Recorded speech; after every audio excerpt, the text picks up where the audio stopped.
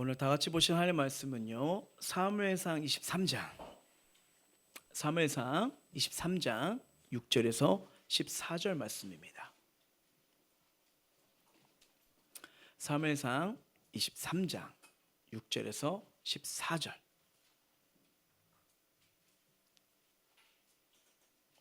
제가 가진 성경책으로는요, 구약 448면에 있습니다.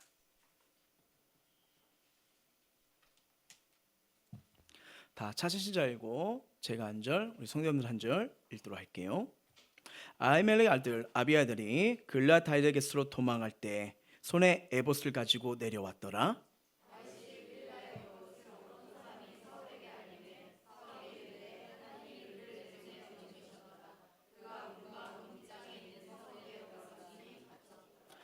사울이 모든 백성을 군사로 불러 모으고 글로 내려가서 다윗과 그의 사람들에게 에워싸려 하더니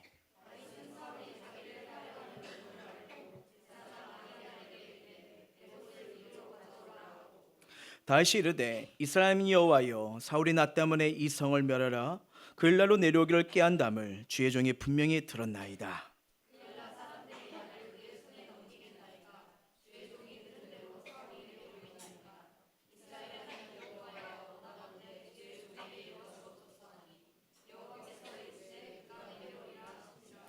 다시 이르되 글렛 사람들이 나와 내 사람들을 사울의 손에 넘겨내까 하니 여호와께서 이르시되 그들이 너를 넘기리라 하신지라.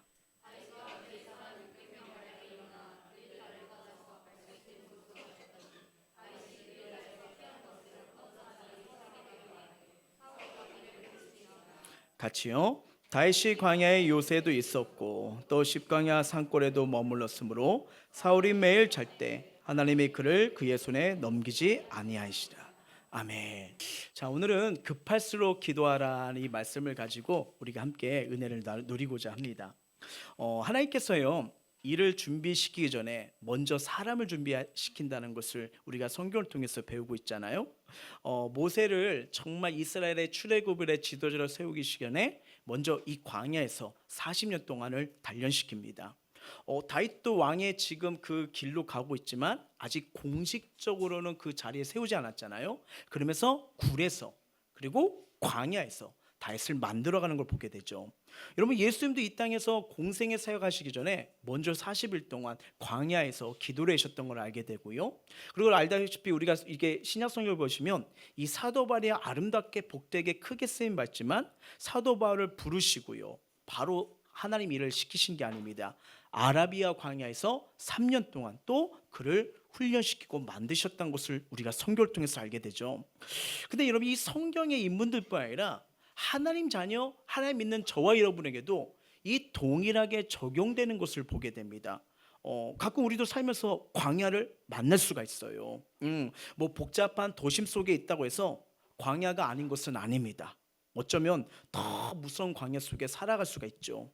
마치 도와주는 이가 없고 나의 마음을 알아주는 이도 없고 정말 산 넘어 이 고생의 길, 아픔의 길을 내가 언제까지 걸어가 될까 라면서 어쩌면 정말 고독하고 외로운 광야에 우리 삶 속에 그런 모습이 있을 때도 있는 것입니다. 어떻게 보면 여러분, 지금 다윗은 도망자예요. 너무 힘들죠. 그렇죠? 아둘람 굴의 의미가 두 가지 있다고 말씀드렸죠. 첫째는 피난처고 하나는 뭐예요? 매장지요. 정말 소망이 없고 답이 없는 캄캄한 인생 아니겠습니까? 어떻게 보면 다윗의 인생에 가장 어렵고 궁핍한 인생이 바로 이 시기가 아닙니다. 근데 여러분, 재밌는 건 뭐냐면요, 우리가 이 사무엘상을 통해서 깨달을 수 있는 건 뭐냐면 지금 이 다윗은 정신적으로도 영적으로도 오히려 기쁨이 충만합니다.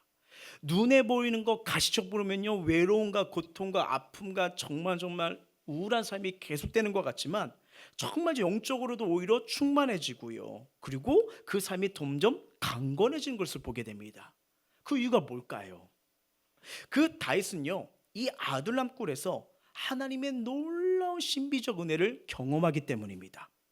여러분 알다시피 이 아둘람 굴에서 그 환난 당한 자, 빚진 자, 애통한 자들이 와요. 인생의 무거짐들이 와요. 자신도 힘들지만 이들과 어떻게 이런 곳에서 회복이 일어나겠습니까? 여러분, 상식적으로 생각해 보세요. 아픈 사람끼리 모여지면 그 아픈 사람끼리 뭔가 문제를 해결하는 게 쉬워요? 아니잖아요. 더 좌절이 고통이 배가 되는 것을 경험하게 되잖아요. 그런데 이상하게 여기서는 회복이 일어나고 사명이 일어나고 치유가 일어나고 기적이 일어납니다. 하나님의 도우시는 은혜를 발견하게 됩니다. 이 아둘람길을 가만히 보니까 여기서 뭐가 일어나요? 말씀 공동체로 바뀌어요. 여기서 그들이 정말 다윗을 통해서 서로 말씀을 나눕니다. 말씀 중심으로 일어납니다. 그리고 시편의 말씀을 같이 이들이 고백하면서 말씀하면서 걸어나가기 시작합니다. 여러분, 이게 중요해요. 우리 인생에 아무리 어두운 가까운 외로운 고난의 터널에 걸어간다 할지라도요, 생명의 말씀, 은혜의 말씀, 소망의 말씀이 가지게 되면요, 거기 안에서 하늘에서 축복의 문이 열리고 은혜의 문이 열리고 어두운 문은 예수 이름으로 떠나갈 줄 믿습니다. 지금 다윗은 하나님의 넘치는 은혜로 자기도 힘든 처지 가운데 있지만 다른 사람들을 구할 수 있는 게 자기 힘인 게 아니에요. 하나님 말씀으로 그 안에 소생케 되는 역사가 일어나는 거예요. 우리가 어떻게 보면 여러분 몇 장을 이렇게 봤지만 다시 점점 밑바닥으로 가고 정말 인생이 무너진 것을 많이 보게 되었잖아요. 근데 감사하게도 그것도 은혜였지만 23장에서 다윗의 회복을 보게 됩니다. 도대체 무엇이 그를 회복시키는 출발점이 되었을까요? 오늘 저와 여러분이요, 이 사무엘상 23장 말씀을 통해서 정말 우리를 회복시키시고 우리를 일으켜주시고 우리에게 다시 한번 어둠이 아니라 빛으로 인도하시는 그 하나님의 손길을 만날 수 있는 복된 시간 되길 주의 이름으로 축복합니다. 자, 이것을 기억하면서 우리가 한번 1절 말씀 한번 보도록 할게요. 시작. 사람들이 다윗에게 전하여 이르되 보소서 블레 사람이 그일라를 쳐서 그 타자 마담을 탈취하나이다 하니. 자, 그일라, 유대에게 가장 블레셋 쪽에 있는 마을로 이스라엘 최전방 지역이에요. 근데 그일라 사람들이 이 타작마당, 즉 블레셋 사람들에 의해서 약탈을 당하게 됐다고 얘기를 합니다. 그래서 어떤 사람들이 약탈당했다는 것을 누구에게 알리는 거예요? 다윗에게 알려요. 한번 생각해 보세요. 농사를 열심히 지었어요. 그리고 한 해 농사 잘 지어서 이제 추수할 때가 됐습니다. 근데 타작할 때가 되니까 뭐예요? 블레셋 사람들이 와서 싹 쓸어가는 거예요. 여러분, 이 농부들이 열매 맺기까지 얼마나 시간과 눈물을 뿌렸겠습니까? 근데 이런 상황이 벌어졌는데 여기서 우리가 중요한 질문이 하나 있어요. 예를 들어 농사가 잘 돼요. 농부들이 곡식을 쌓았어요. 근데 이게 이웃 나라가 쳐들어와 가지고 이걸 다 뺏어갔습니다. 그러면 저와 여러분은 그런 상황이라면 이 문제를 어디에다가 지금 도움을 요청해야 될까요? 이해가 안 되시면 제가 한번 탈취를 한번 시도해 볼게요. 자, 이런 일이 벌어졌으면 어디다가 우리가 도움을 요청해야 되죠? 국가입니다. 국가잖아. 이웃 나라가 와서 이렇게 와가지고 우리 걸 뺏어간다면, 이러면 국가 존재의 목적이 뭐예요? 국민의 재산과 생명을 보호해 주는 거잖아요. 그래서 국가가 국민의 세금으로 정부 조직을 운영하면서 나라를 이끌어가는 거 아니겠습니까? 자, 그렇다면 이스라엘 이 그일라 지역에 이 문제가 생겼어요. 그러면 누구에게 도움을 청해야 되죠? 사울 왕입니다. 그렇잖아요. 사울 왕이에요. 이게 맞는 거예요. 근데 지금 국민들이 이런 일을 겪었는데 지금 사울 왕에게 찾아갑니까? 아니면 도망자 다윗에게 요청을 합니까? 그렇죠. 도망자 다윗에게 요청하는 걸 보게 돼요.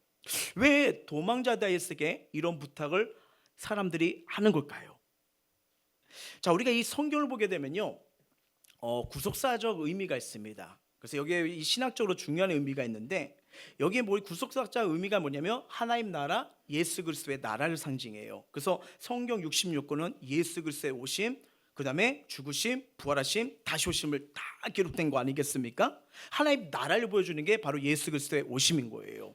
그러니까 여러분, 지금 이 세상 왕의 실권자인 이 사울에게 지금 이 성경은 주목하는 게 아니라, 자, 다윗 왕국을 통해서, 다윗의 후손을 통해서 누가 오시죠? 예수 그리스도가 오십니다. 그러다 보니까 다윗은 지금 예수 그리스도의 모형이에요. 그러니까 인생의 어려움과 고통과 아픔을 예수께 나가면 수고하고 무거운 짐진들아 다 내게로 오라, 내가 널 쉬게 하리라. 자, 그일라 지역에 아픔과 고통이 있었는데 그 도움을 누구한테 요청하는 거예요? 그렇죠, 다윗이요. 장차 다윗의 후손으로 오신 예수 그리스도의 모형의 나라 다윗에게 지금 요청을 가면서 지금 성경은 누굴 얘기하는 거예요? 예수 그리스도를 말하는 것을 우리가 기억하셔야 됩니다. 지금 성경은 지금 그걸 보여주는 거예요. 자, 이런 요청을 받았어요. 이제부터 잘 보십시오. 다윗의 회복이 어디서부터 시작되는지요? 자, 2절 읽어봅니다. 시작. 이에 다윗이 여호와께 묻자와 이르되 내가 가서 이 블레 사람들을 치리까? 여호와께서 다윗에게 이르시되 가서 블레 사람들을 치고 그일라를 구원하라 하시니. 자, 이 난감한 상황에서 다윗은요, 이 그일라 사람들을 도와야 하는지 하나님께 여쭈고 있는 걸 보게 됩니다. 자, 다윗의 입장에서 이 사울을 피해 있는 게 안전해요. 왜냐하면 또 밖에 나오면요, 어떻게 해요? 사울에게 자기의 위치를 노출시키는 거잖아요. 다윗은 갈등해요.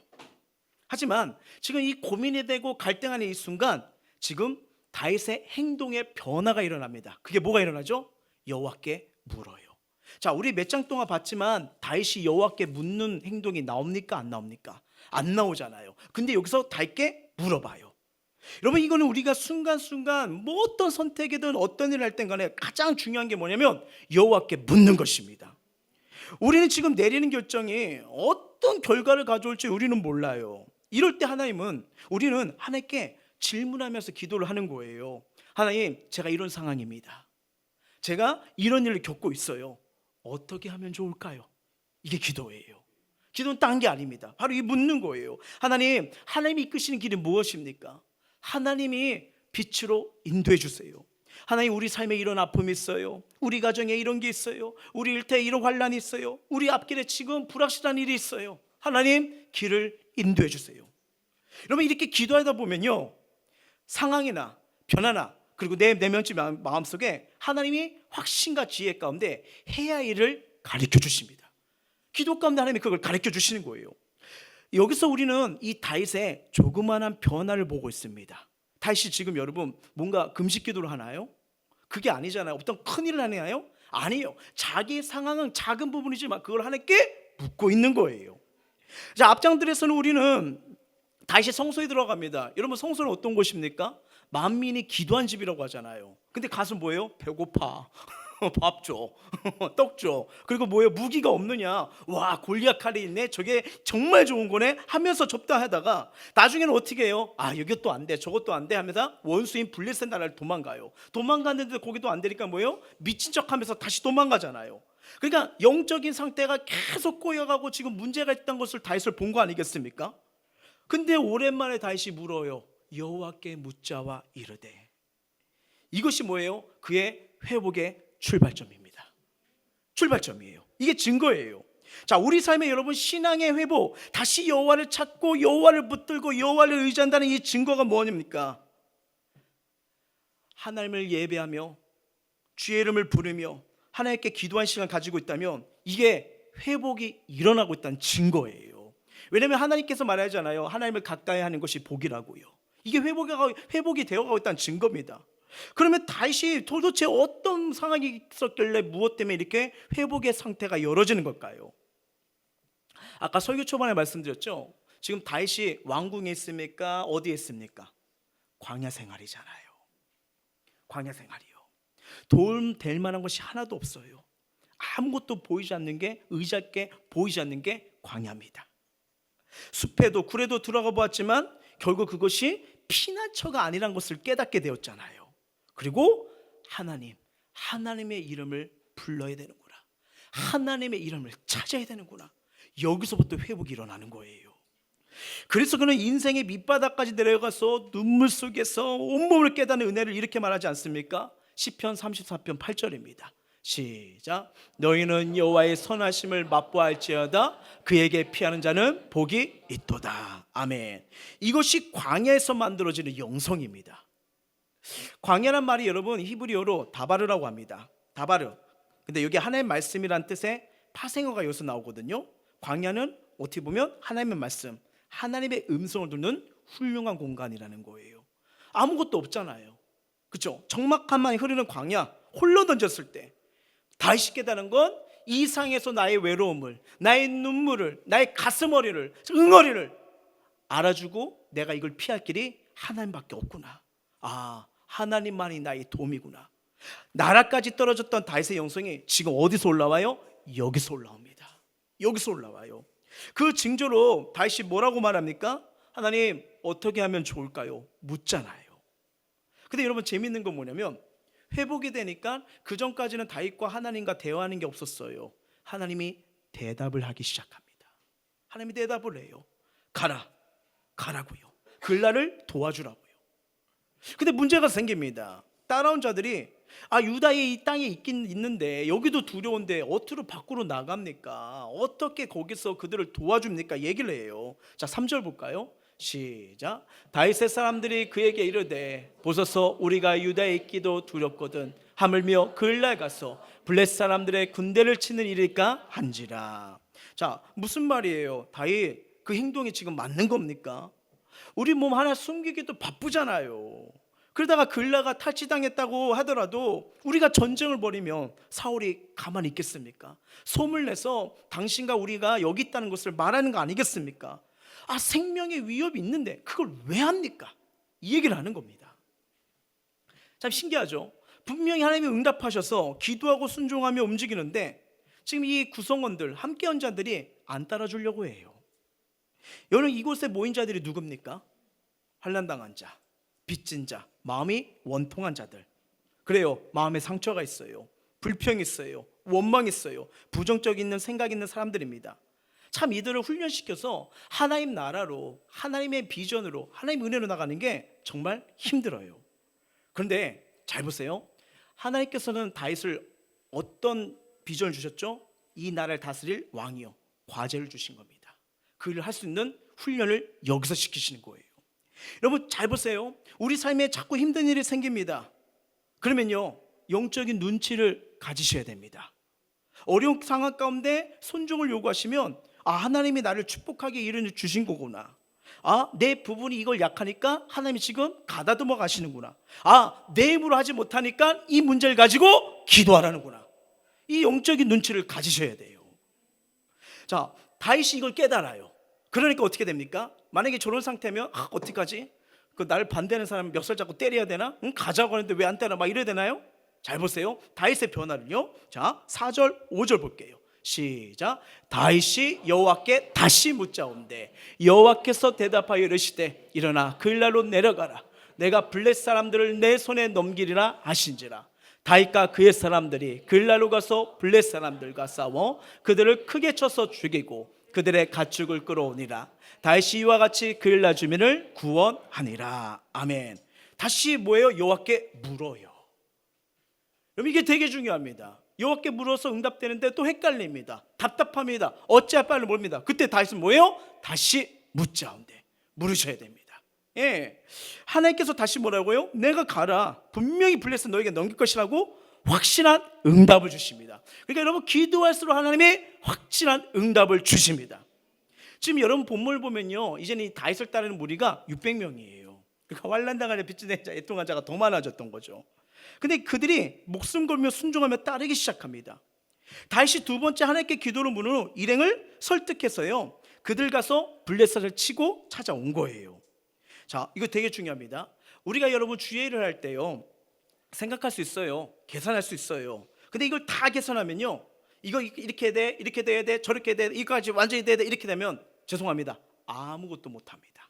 아무것도 못해요. 왜냐하면 여기 사람들의 생각은 다양하고요, 모든 일에 이것저것 따지다 보면 아무것도 못하는 상황이 될 수 있거든요. 여러분 그때 이 복잡할 때 어떻게 될까요? 물어보는 거예요. 이게 하나님의 기쁘신 일인지 아닌지요. 이걸 물어봐야 됩니다. 만약 하나님의 기쁘시게 하는 확신이 든다면 위험이 있어도 해야 됩니다. 반대가 있어도 기도하며 설득해야 됩니다. 그렇게 하는 건 독재가 아니거든요. 어차피 사람들은 아무것도 하지 않는 걸 좋아합니다. 근데 하나님의 역사를 보려면요, 하나님이 기뻐하신 뜻이라면요, 반대가 있어도 순종해야죠. 이스라엘 백성 보십시오. 출애굽했을 때 백성도 나가기 싫었어요. 근데 그의 인생은 뭐예요? 계속 노예잖아요. 근데 하나님 모세를 부르시잖아요. 그를 통해서 행위를 행하시잖아요. 그러니까 어떻게 해요? 가나안 땅으로 들어가는 역사를 보는 거 아니겠습니까? 그래서 이 교회 영적 지도자들과 리더분들은요, 하나님 나라를 위해 섬기라고 주신 이 권위를 기도와 겸손과 헌신으로 우리 양떼들을 맡긴 구성원들을 이끌어갈 줄 알아야 됩니다.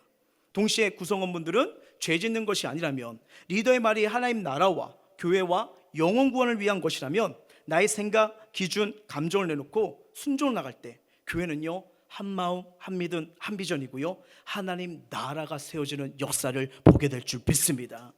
지금 그 역사가 일어나는 거예요. 움츠렸던 자들 아니에요? 아무것도 못했던 자들이에요. 피했던 자들이 지금 뭐예요? 회복이라니까 남을 도와주러 가기 시작해요. 여러분 하나님 나라, 하나님 교회는요, 이렇게 바뀌어갑니다. 이런 역사가 일어나는 거예요. 예. 근데 이제 다윗이 길앗 사람들을 도울 때 가장 우려했던 일이 일어나긴 일어나요. 역시 다윗이 길앗에 나타난 정보가 사울 왕 귀에 들어가기 시작합니다. 사울이 기뻐해요. 왜냐하면 그 지형은 여러분 한 번 들어오면 빠져나오기가 힘든 지형이었대요.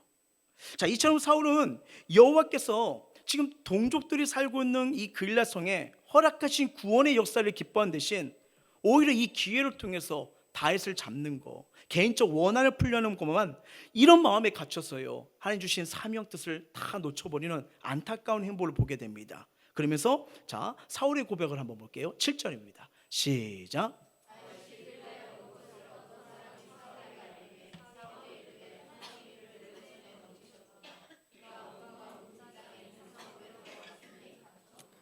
자, 여기서 어떤 사람이란 말이 나와요. 누구냐면 이따 뒤에 나오겠지만 길앗 사람입니다.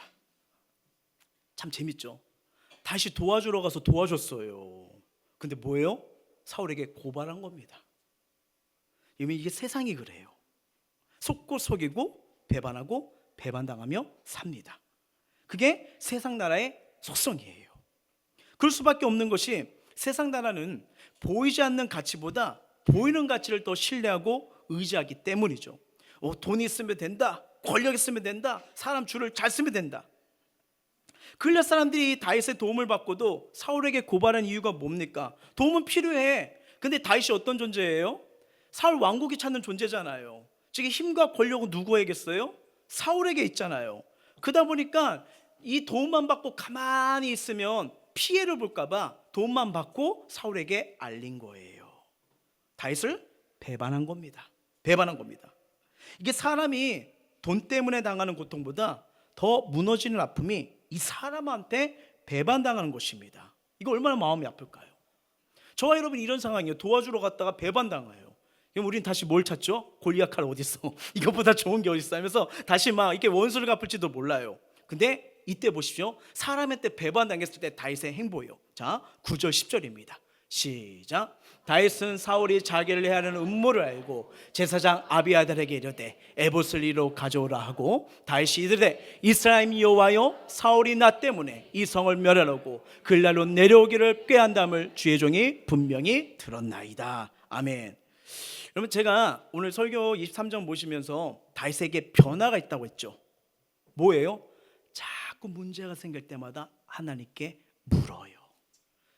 기도가 회복된 거예요. 기도가 회복된 거예요. 그냥 그 제사장 에봇에는 우림과 둠밈이라는 보석이 있거든요. 이거 하나님의 뜻을 묻는 통로입니다. 자꾸 물어보는 거예요. 이제는 다윗이 광야의 영성을 갖추고 그것이 행복한 일이거든 불행한 일이거든 지금 뭐예요? 하나님께 엽주는 이 영성 은혜가 회복됐다는 증거입니다. 예, 자꾸 문제가 생기면 누구한테 집중해요? 하나님께 집중합니다. 하나님께 집중하는 거예요. 근데 놀라운 거 뭐냐면 회복이 되니까 하나님의 응답하심이 즉각적으로 나타나기 시작합니다. 자, 12절이에요. 시작. 다윗이 이르되 길앗 사람들이 나와 내 사람들을 사울의 손길에 넘기겠까 하니 여호와께서 이르시되 그들이 너를 넘기라 하신지라. 아멘. 하나님께서 길앗 사람들 너를 넘길 거라고 가르쳐줘요. 그럼 이제 그 다음에 이리로 도망가라 절로 도망가라 나와야 되잖아요. 재밌는 게 14절입니다 14절 볼까요? 시작. 다윗이 광야의 요새도 있었고 또 광야 산골에도 머물렀으므로 사울이 매일 잘 때 하나님이 그를 그의 손에 넘기지 아니하시니라. 아멘. 자, 12절과 14절 말씀 보시면 하나님께서 길앗 사람들이 배반해 너를 넘겨줄 거라고 분명히 말씀하셨어요. 근데 14절 보니까 하나님 뭐예요? 안 넘기게 하셨다는 겁니다. 안 넘기게 하셨다는 거예요. 여러분 팔레스타인 땅 우리랑 다릅니다. 나무가 많지 않기 때문에 숨기가 쉽지 않아요. 게다가 지금 무리가 약 1명이 아니에요. 600명입니다. 그렇죠? 정말 한꺼번에 도망치면서 숨는 건 쉽지가 않아요. 그럼에도 불구하고 다윗의 일행은요 사울의 군대 아무도 붙들리지가 않습니다. 이들이 뭐 숨바꼭질 잘하는 사람들 뽑아가지고 지금 나간 거예요? 아니에요. 그들이 한 게 아니에요. 뭐예요? 하나님이 넘기지 아니하셨어요. 이게 중요합니다. 하나님이 넘기지 않으셨다. 예, 사람들은 배반해서 다윗을 넘길지 몰라도요 하나님이 막으시고 보호하시면요 다윗은요 영원히 하나님의 보호 안에 있음을 믿으시길 바랍니다. 여러분 이런 쪽으로 생각해 보세요. 다윗은 망해야 돼요. 잡혀야 돼요. 힘이 없어요. 그런데도 그 어려운 가운데, 고통 가운데 지금 누가 그를 붙들고 있는 거예요? 하나님이십니다. 여러분, 이때 다윗이 시편이 거의 여기서 나와요. 그 주옥 같은 은혜 같은 시편이 거의 여기서 나와요. 뭐예요? 다윗은 지금 너무 힘들어요. 매 순간순간마다 하나님을 의지하지 않고는 살 수가 없는 거예요. 그동안 여러 것들을, 다른 것들을 많이 의지하며 붙들며 살았잖아요. 근데 거기서 구원이 있었습니까? 생명이 있었습니까? 아니요. 오히려 더 절망 무너졌잖아요. 근데 이 말씀을 묵상하면 중요한 게 우리가 또 있습니다. 뭐냐면요, 왜 하나님은 다윗에게 글랏 사람들이 배반하고 넘길 것을 왜 가르쳐 줬을까요? 여러분, 요새 이렇게 큐티 말씀 보시면 우리가 사도행전을 묵상하고 있잖아요. 이 사도행전을 보시면요, 바울이 예루살렘으로 갑니다. 근데 선지자들이 길을 막아요. 그리고 허리띠를 풀어서 손에 묶는 퍼포먼스를 보여줍니다. 당신이 여기 오면 묶일 거야. 이게 성령님께서 가르쳐 줬어. 그리고 뭐예요? 올라가지 마, 이 얘기를 하죠. 그들이 분명히 그들도 성령이 충만해서 붙잡을 거라 얘기했어요. 근데 여러분, 재밌는 게 있습니다. 예루살렘으로 가라고 지시한 게 누구예요? 하나님이시잖아요. 그렇죠? 사도 바울이 자기 계획으로, 자기 방법으로 갑니까? 아니요, 주님이 말씀하셨기 때문에 간 거예요. 예. 근데 이게 뭐고, 그거 뭘까요? 갔더니 어떤 선지자들이 나타나서 올라가면 잡혀, 그러면 안 돼, 또 이 말을 합니다. 이건 뭐, 가라고 하는 건 뭐고, 또 잡힌다는 뭘까요? 중요합니다. 성령께서는요, 두 가지를 다 말씀하시는 거예요. 이걸 잘 보셔야 돼요. 바울아, 예루살렘 올라가. 근데 올라가면 이런 고난이 너에게 일어날 거야. 하나님이 순차적으로 알려주시는 거예요. 분명 글랏 사람이 다윗을 넘겨주라고 하나님이 알려주셨어요. 그런데 이래저래 뭐예요? 하나님 뭐예요? 막고 계시잖아요. 왜 그럴까요? 왜 아직도 광야에서 벗어나지 못하게 하실까요? 하나님은요, 왕의 자리에 올라갔어도 하나님을 찬양하고 예배하고 기도하는 그런 왕을 원하셨어요. 사울은 실패했잖아요. 사울은 무너졌잖아요. 그렇기 때문에 뭐예요? 지금 하나님밖에 없구나, 하나님께 피하는 게 복이구나 하면서 그 다윗을 지금 만들어 가시는 거예요. 여러분, 이 14절을 다시 보시면요, 10광야라고 말합니다. 그렇죠? 10광야로 올라왔대요. 여러분, 이 10광야는 말은요, 무슨 뜻이냐면 재련소란 뜻이에요. 재련소. 그런 의미가 담겼습니다. 재련소예요. 재련소가 뭐예요? 철을 두들겨서 작품을 만드는 거예요. 세상적으로 볼 때, 눈으로 볼 때 아우 힘들겠다, 아우 괴롭겠다, 아유 딱하다 하는데 뭐예요? 하나님 시선이 뭐예요? 나의 작품을 만드는 거야. 내가 사용하는 작품을 붙드는 거야. 내가 기름지게 복되게 은혜 주기 위해서 지금 작품을 만드는 거야. 이게 하나님의 시선입니다. 이게 하나님의 시선이에요. 그리고 이런 일이 벌어집니다. 19절 20절이에요 시작. 그때 십사람들이 기브아에 이르러 사울에게 나와 이르되 다윗이 우리와 함께 광야 남쪽 하길라 산수풀 요새에 숨지 아니하나이까. 그러한즉 왕은 내려오시기를 원하신 대로 내려오소서. 그를 왕의 손에 넘길 것이 우리의 의문이다 하니. 아멘. 자, 이번에 여러분 재밌어요. 누가 고발해요? 10광야 사람들이 고발을 합니다. 계속 도피 여정이 여러분 계속 이어져요. 글랏 사람이나 10광야 사람이나 다윗에게 도움을 받고도 지금 누구를 의지한다는 거예요? 사울을 의지한다는 겁니다. 사울을요. 보이는 것에 더 신뢰와 믿음을 둔다는 거예요. 근데 여러분, 아까 6절에 보셨지만 지금 제사장 아비아델과 갓 선지자, 그리고 이 다윗과 함께하는 자들이 누구예요? 원통하고 환난하고 마음이 힘든 자들이잖아요. 그런데 하나님이 이 모든 자들을 다윗의 왕국으로 지금 만들어 가세요. 우리는 알고 있잖아요. 나중에 다윗 강국 영원하고 아름답게 쓰잖아요. 그들의 핵심 인물들이 다 여기서 나옵니다. 소망이 없는 자들, 빚진 자들, 환난당한 자들, 마음에 상처가 많은 자들이었지만 하나님이 그들을 기름지게 치유하고 회복되었어요. 놀랍게 사용하신 걸 보는 거 아니겠습니까? 여러분, 이걸 통해서 우리가 뭘 볼 수 있는 거예요? 여러분, 우리가 삶 가운데, 정말 삶 가운데 우리가 살아가면서요, 이 다윗 왕국과 사울 왕은요 대립 구조를 보여주는 거예요. 그러니까 우리가 살아갈 때 이 땅이었지만 내가 지금 어디에 서 있는가를 물어보는 거예요. 그러니까 나의 하나님 관계의 신앙 위치가 어디고 삶의 신앙관계가 어딘지 이 대립구도를 통해서 한번 내 위치가 어딘지 보라는 거예요. 자, 예수님이 사랑한 제자들한테 이렇게 말씀한 걸 기억하실 겁니다. 요한복음 15장 19절이에요. 시작. 너희가 세상에 속하였으면 세상이 자기 것을 사랑할 것이나 너희는 세상에 속한 자가 아니요 도리어 내가 너희를 세상에서 택하였기 때문에 세상이 너희를 미워하느니라. 아멘. 자, 하나님의 사람, 하나님께 속한 자는 세상은 미워합니다. 세상에 살지만 그 세상에 택하심마다 뭐예요? 소속이 완전히 달라졌거든요. 여전히 세상에 속한 자로 살지만 여러분, 만약에 세상에 똑같이 살아요, 세상과 똑같이 걸어가요, 세상과 똑같이 말해요, 그러면 여러분 세상 미워하지 않습니다. 근데 이 땅에 살지만 하늘에 속한 자, 하나님의 은혜가 있는 자, 하나님의 형상이 닮은 자는요, 세상은 불편해요. 그냥 싫어요. 짜증나요. 부담스러워요. 그러니까 미워해요.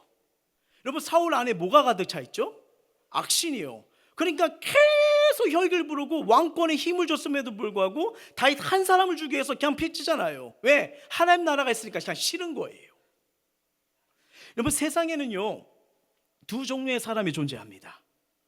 하늘에 속한 자와 땅에 속한 자예요. 혹은 하나님께 속한 자냐, 세상에 속한 자입니다. 성경은 언제나 이 두 가지예요. 중립은 없습니다. 그렇다면 저와 여러분은요, 하늘에 속한 자입니까? 땅에 속한 자입니까? 하나님께 속한 자입니까? 세상에 속한 자입니까? 이제 궁금하죠. 무엇으로 이거를 구별할 수가 있을까요? 자, 사람들은요 도덕과 윤리 잣대를 들이죠. 법을 지키느냐, 그리고 술을 마시고 담배를 피우면 세상에 속한 자, 그렇지 않으면 하나님께 속한 자라고 구분합니다. 또 어떤 사람은 감정으로 구분해요. 마음의 평안과 기쁨이 있으면 하나님께 속한 사람이고, 불안해하고 두려워하고 근심이 많으면 세상에 속한 사람이라고 말합니다. 아마 많은 사람이 교회를 다니는가 아니면 다니지 않는가, 그 사람의 영적 신분과 소속을 구분할 수 있습니다. 물론 위와 같은 것들이 또 하나님의 자녀이기 때문에 거룩한 삶을 유지하는 것이기 때문에 맞는 부분도 있어요. 근데 이것을 또 절대 기준이라 말할 수가 없습니다. 하늘에 속한 자인가 땅에 속한 자인가, 이거는요 딱 하나입니다. 진리의 말씀에 어떻게 반응을 보이는가, 여기서 구분됩니다. 하나님 말씀에 어떤 태도를 보이는가요, 여기요. 이게 중요합니다. 여러분, 하나님께 속한 사람은요 성경에 기록된 진리의 말씀을 의심 없이 그대로 받아들입니다. 하나님의 아들 예수 그리스도가 인간의 몸을 입고 오셨다. 시간과 공간을 초월해서 내 모든 죄, 저주, 사망을 짊어지시고 사망에서 죽으시고 부활하셨다. 이것을 믿습니다. 그리고 세상에 속한 자와 하나님께 속한 자는 오늘 내게 있어서 예수 그리스도가 어떤 분이신가에 따라서 결정됩니다. 뭐예요? 주신 말씀의 반응이 그 삶에 그대로 드러나요. 왜요? 예수님이 이렇게 말씀하셨거든요. 요한복음 17장 2절 3절이에요. 시작. 아버지께서 아들에게 주신 모든 사람에게 영생을 주게 하시려고 만민을 다스리는 권세를 아들에게 주셨음 이르소이다. 영생은 그 유일하신 참 하나님과 아멘. 자, 예수 그리스도를 믿음으로 하나님께 속한 자가 하나님의 사람입니다. 그리고 살아가는 삶에서 이 생명의 말씀, 진리의 말씀을 따라가는 자가 하나님께 속한 자면 이게 진리입니다. 자, 이 말씀이 우리에게 어떻게 다가오시나요? 자, 삶이 힘들 때, 어려울 때, 시험이 들 때 무너지는 상황이 옵니다. 그런 상황 가운데서도 말씀처럼 항상 기뻐하라, 시심하고 기도라, 범사에 감사라. 그래, 이 말씀 붙들고 가야지. 원수가 나를 힘들게 해요. 마음을 너무 괴롭게 해요. 너무 그것 때문에 잠을 못 자요.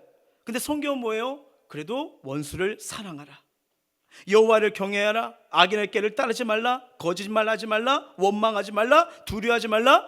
여호와는 나의 목자신, 내게 부족함이 없으려다. 그래, 이 말씀 붙들고 다시 일어나야지. 이게 하늘에 속한 자의 특징입니다. 이게 특징인 거예요. 이것을 삶의 영역 속에서, 은혜 속에서 드러내는 거예요. 어느 교회에 문구가 참 마음에 왔다더라고요. 저 말씀을 이렇게 새로운 버전으로 바꿨어요. 한번 제가 읽어드릴게요. 틀리지 않길 바랍니다. 항상 기뻐하라, 쉬지 말고 기뻐하라, 범사에 기뻐하라. 항상 기도하라, 쉬지 말고 기도하라, 범사에 기도하라. 항상 감사하라, 쉬지 말고 감사하라, 범사에 감사하라. 와, 그게 확 오는 거예요. 안 틀렸어요. 1부 때도 제 자신을 축복했습니다. 안 틀렸어. 그런데 그게 아무것도 안 돼. 그거 볼 때마다 그치, 기뻐, 기뻐, 기뻐. 기도, 기도, 기도. 감사, 감사, 감사. 그러니까 그 삶 속에 어떤 문제가 든 뭐예요? 돌파가 일어난 거예요. 왜? 이것이 우리 향한 하나님의 뜻이니까요. 뜻이니까요. 세상 살아가다 보면 조금만 방심해도 우리 눈에 보이는 것이 나를 확실하게 세워줄 것 같고 안전하게 해줄 것 같고 이게 보장할 것 같다 보니까 가장 중요한 내 인생의 책임, 영혼, 육체 모든 걸 책임지는 하나님을 놓칠 때가 있지 않습니까? 그렇죠? 바로 그런 게 있을 거예요. 근데 다윗을 보면서 보라는 거예요. 그 의지했던 거, 바랐던 거. 여러분 얼마나 호화로운 생활했어요. 왕궁입니다. 사위입니다. 앞으로 어떻게 되면 제 3세력의 세 번째 권위가 있는 자예요. 근데 모든 것이 잃어버리잖아요. 모든 걸 놓치잖아요. 그러면 세상은 뭐예요? 절망이다, 끝났다, 포기해야 된다. 이걸 선택하잖아요. 근데 여러분 다윗을 보십시오. 지금 무너지는 것 같습니까? 아니요. 희한하게 점점 믿음도 갑절로, 꿈도 갑절로, 사명도 갑절로, 하나님이 붙여주시는 놀라운 사람들도 갑절로 붙는 것을 보는 거 아니겠습니까? 바로 이거예요. 여러분 우리가 만약에 입술의 고백으로만 머물러 버린다면 그일라 사람들처럼 감사하면서도 또 배반하고 살 왕국을 따라가는, 눈에 보이는 왕국을 따라가는, 나를 책임지지 못하는 것에 인생을 맡기는 어리석은 삶이 될 수도 있습니다. 왜요? 눈에 보니 이익이 좋거든요. 그것이 어쩔 수 없는 이 세상의 속성과 원리입니다. 그런데 놀라운 건 뭐냐면요, 잘 보세요. 사울은 하나님이 내 손에 붙드셨다 이렇게 하지만 아니요. 이러면 그 삶이 무너졌습니다. 왜요? 두 가지가 없잖아요. 사울이 어느 순간 다 예배드리는 말씀이 나오나요? 하나님께 묻는 게 나오나요? 이미 무너졌어요. 근데 하나님이 여호와께 묻는 이 다윗이 하나님이 어떻게 보호하세요? 자, 사울이 모든 구사를 동원해서 달 찹니다. 하나님의 일하심을 보십시오. 27절부터 29절이에요. 시작. 성령이 사울에게 와서 이르되 급히 오소서 블레 사람들이 땅을 침노하나이다. 이에 사울이 다윗 쫓기를 그치고 돌아와 블레 사람들을 치러 갔으므로 그것을 셀라하는 곳이라 칭하니라. 다윗이 거기서 올라가서 엔게디 요새에 머무니라. 아멘. 사울이 다윗을 코앞에까지 추적해서 체포해 죽이려고 하는 순간 하나님께서 뭐예요? 엉뚱한 곳으로 사울의 정신을 빼앗아 버립니다. 그래서 다윗을 쫓던 행로를 바꾸어 블레셋을 추격하죠. 돌아옵니다. 다윗은 이미 연기처럼 사라져 버렸어요. 자, 다윗의 계략, 다윗의 꿈인 겁니까? 아니요. 여호와께 묻고 여호와께서 가라면 가고 주의 뜻대로 했더니 하나님의 보호하심을 더 체험하게 되잖아요. 하나님 지키심을 보호하게 되잖아요. 이와 마찬가지로 하나님은요, 광야의 훈련으로 우리 안에를 집어넣을 때가 있습니다. 그래서 내 안에 교만, 내 안에 거짓, 못된 자, 불순종의 마음, 하나님을 의심하는 마음을 빼놓을 때가 있어요. 그러면서 결정적인 순간에는 놀랍습니다. 하나님은 날 놔두지 않아요. 반드시 피할 길을 열어주면서 봤지? 나 살아있는 하나님이야. 여전히 널 사랑하는 하나님이야. 너를 홀로 두지 않는 하나님이야 라면서요, 우리에게 다가오시는 사랑의 하나님이심을 믿으시길 바랍니다. 어떻게 보면 다윗은 골리앗도 이기고요, 승리했을 때보다, 아니 백성의 사랑을 받았을 때보다 더 결정적인 체험이 일어나는데 그게 어디예요? 왕궁입니까? 광야입니까? 광야입니다. 광야이요. 다윗 인생 보십시오. 이런 인생이 어디 있습니까? 풍성하다고 생각했는데 모든 게 하나씩 다 떨어져 나가잖아요. 어떻게 보면 미친 척하지 않고는 살 수 없는 그런 인생 아니었습니까? 근데 도저히 미친 척하지 않으면 하루하루 버거운 상황이 있는데 그의 삶에 지금 무너졌던 거, 풀리지 않았던 거, 빼앗겼던 것들이 하나씩 회복되기 시작합니다. 그 출발점이 뭐예요? 여호와께 묻되. 여기서부터 시작된 거예요. 다시 하나님을 바라본 겁니다. 아, 인생의 모든 것은 나의 계획대로 되는 게 아니구나. 내 힘으로 되는 게 아니구나. 나를 창조하시고 나를 사랑해 주시고 나를 책임지시는 이 하나님, 그분의 인도하심을 받아야 되는구나. 거기서 하나님밖에 없다는 걸 깨닫게 되잖아요. 하나님, 사랑하는 자녀일수록 이 훈련을 시키십니다. 우리에게 정말 신령한 복을 주시려고 훈련시키는 것이지만 그 훈련 과정 우리 힘들기도 하고 아플 때도 있어요. 근데 하나님 그 훈련 과정 중에서 가장 먼저 하나님이 사람을 사용하시기에 바꾸는 게 뭔지 아세요? 나를 바꿉니다. 나의 생각을, 나의 마음을, 나의 믿음을요 바꿔버려요. 왜요? 새 포도주는 어떻게 됩니까? 새 부대에 들어가야 되잖아요. 그래서 새 일을 행하시기 위해서, 새로운 축복을 주기 위해서, 하나님 인도하심을 위해서 우리를 인도하시고 바꿔가시는 거예요. 다윗 도망자입니다. 자신을 찾는 이 사울은 기회만 되면 자신을 찾아 죽이러 가잖아요. 그래서 누군가를 돕는 게 쉽지 않아요. 그럼에도 마음의 부담감 있음에 이 문제를 놓고 기도할 때 하나님의 음성이 들리기 시작했습니다. 죽을 것 같아요. 실패할 것 같아요. 그럼에도 죽지 않고 실패를 하지 않습니다. 왜요? 하나님의 손이 붙들고 있으니까요. 예, 다윗은 급박한 상황 속에서 그의 인생의 회복 출발점이 뭐예요? 하나님께 묻는 거였습니다.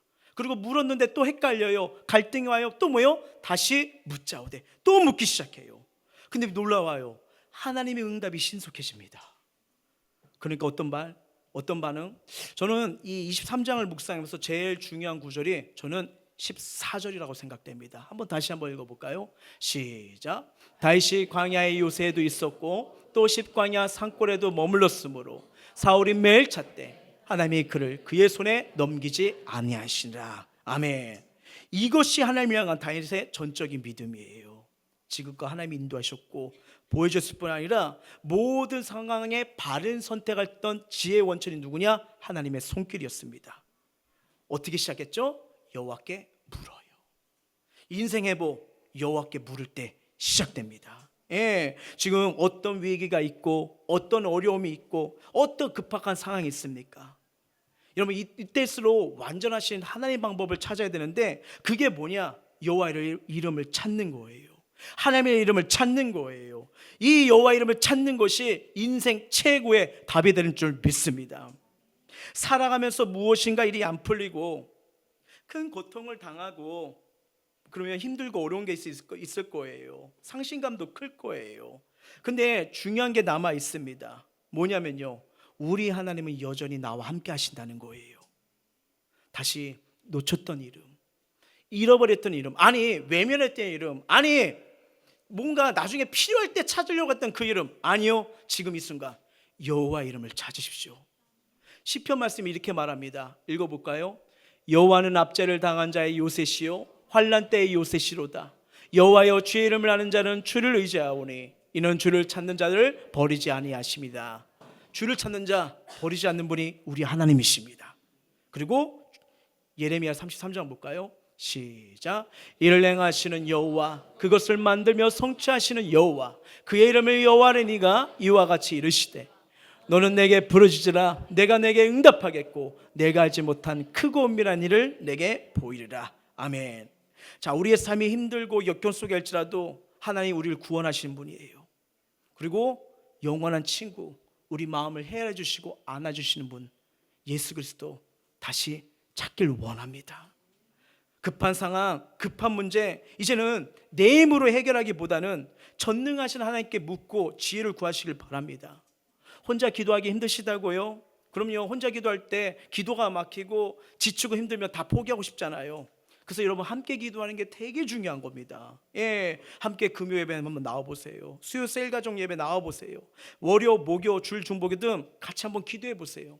여러분 참 중보기도 하는 가운데서 응답들이 많이 나오고 도우심을 체험해서 너무 감사합니다. 예, 여러분도 한번 동행해 보십시오. 왜냐면요, 혼자 기도하는 것이지만 성경은요 더 강력한 은혜가 합심기도예요. 자, 18장 20절이에요. 시작. 두세 사람이 내 이름으로 모인 곳에는 나도 그들 중에 있느니라. 아멘. 말씀을 맺도록 할게요. 인생 회복 다른 게 아닙니다. 기도로부터 시작됩니다. 답이 없는데 기도하면요 하나님께서 답을 주십니다. 안 되는 것이 되기 시작하고 막 슬픔이 기쁨으로 바뀌는 게 여호와 이름을 찾을 때예요. 그래서 기도가 인생의 답이 되며 축복이 됩니다. 어떠한 상황에서도 하나님의 이름을 부르는 급박한 상황 속에서도 기도하며 답을 주시는 이 하나님을 다시 한번 부를 수 있는, 다시 한번 여호와 이름을 찾을 수 있는 저와 여러분 되길 주의 이름으로 축원합니다. 이 시간 우리 찬양하면서 주님 앞에 나가길 원해요.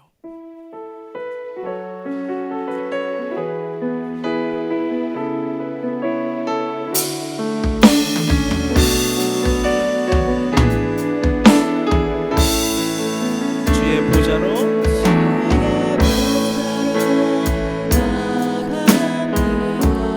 주의 얼굴을 바라봅니다. 주의 얼굴을 바라봅니다. 두 손을 들고 겸비함으로 하나 되어 주께 나아갑니다.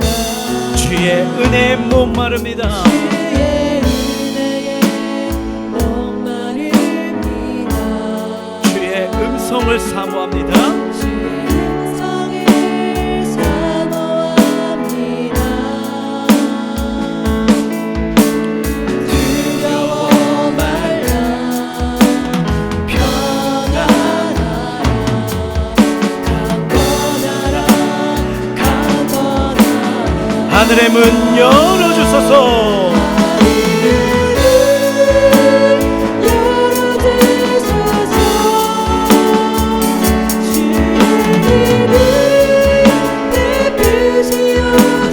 우리의 눈을 열어 주의 보좌와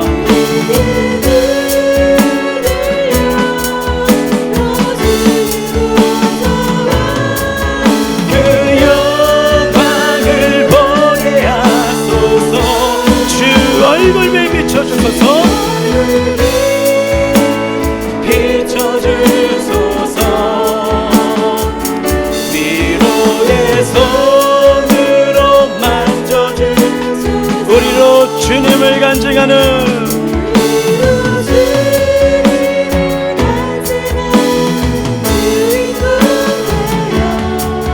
자, 주의 이름을 부를 때, 주의 이름을 찾을 때 하늘의 문이 열립니다. 하늘의 문 열어주소서.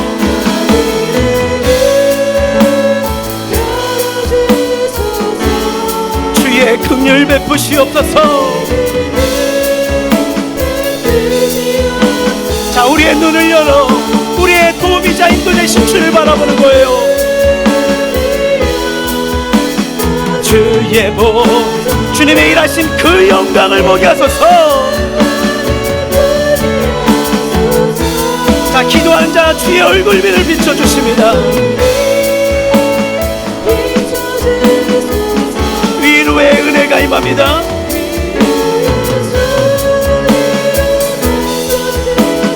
우리로 주님을 간증하는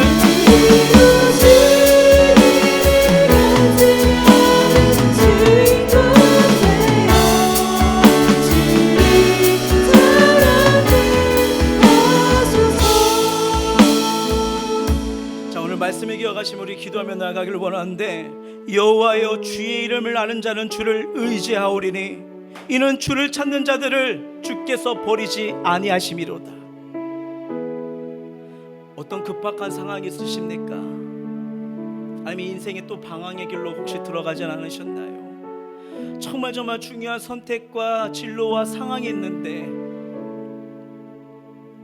여태까지 나를 책임지시고 안으시고 돌보시는 그 하나님을 문제 앞에, 시련 앞에, 시험 앞에, 유혹 앞에 놓치지는 않으셨나요?